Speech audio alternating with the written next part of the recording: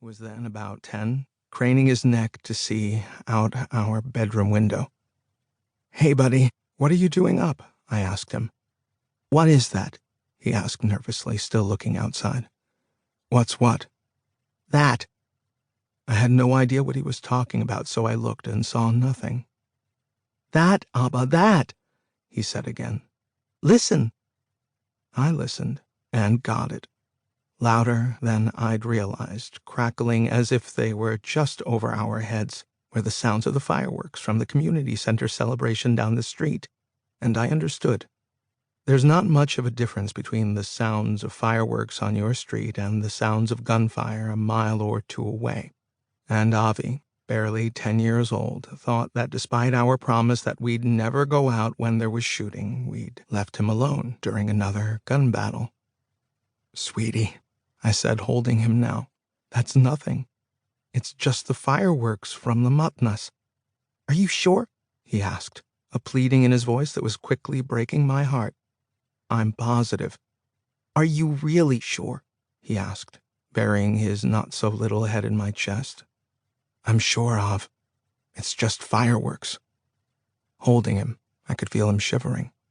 It was a warm spring night in Jerusalem, not even a chill in the air. He was wearing boxers and a t-shirt, and there was no reason for him to be quivering like that. But he was shaking, shuddering in my embrace, so I held him tighter, hoping I could get the shaking to stop. "It's just fireworks, Av. Just fireworks. I promise." He looked up at me, his big blue eyes staring right into mine. "Good," he said, gripping my shirt tight with fingers that suddenly seemed very small. "Because I can't do this anymore." I doubt I'll ever forget that night. The sounds of the fireworks, my son shaking in my arms. But most of all, I remember Avi's looking up at me and telling me the unabashed truth in a way that kids can muster and that grown-ups often can't. "Abba, I can't do this anymore. I want to be able to fall asleep without the sounds of shooting. I'm tired of being scared all the time." And I assumed the implicit question that he never actually asked. "Why did you bring me here? Why are you and Ima making us live this way?" We'd come 2 years earlier from Los Angeles, where I was teaching at a small university and where our kids had had a pretty typical American childhood. 2 cars in the driveway, soccer league on Sundays, and a quiet tree-lined neighborhood with its own private security patrol. A wonderful Jewish community, lots of friends in the neighborhood. It was a great place to live, a place where nothing ever happened, where my kids didn't know any adults who didn't either like them or love them, and where it never ever occurred to them that someone would actually try to kill them. But then, in the summer of 1998, my wife, our 3 children, and I came to Israel on what was supposed to be a 1-year sabbatical. In the middle of that year, though, we decided to stay. We'd always loved being in Israel, and when I got a job offer to work with an outstanding foundation, the combination of the work and our love of Israel seemed too much to turn down.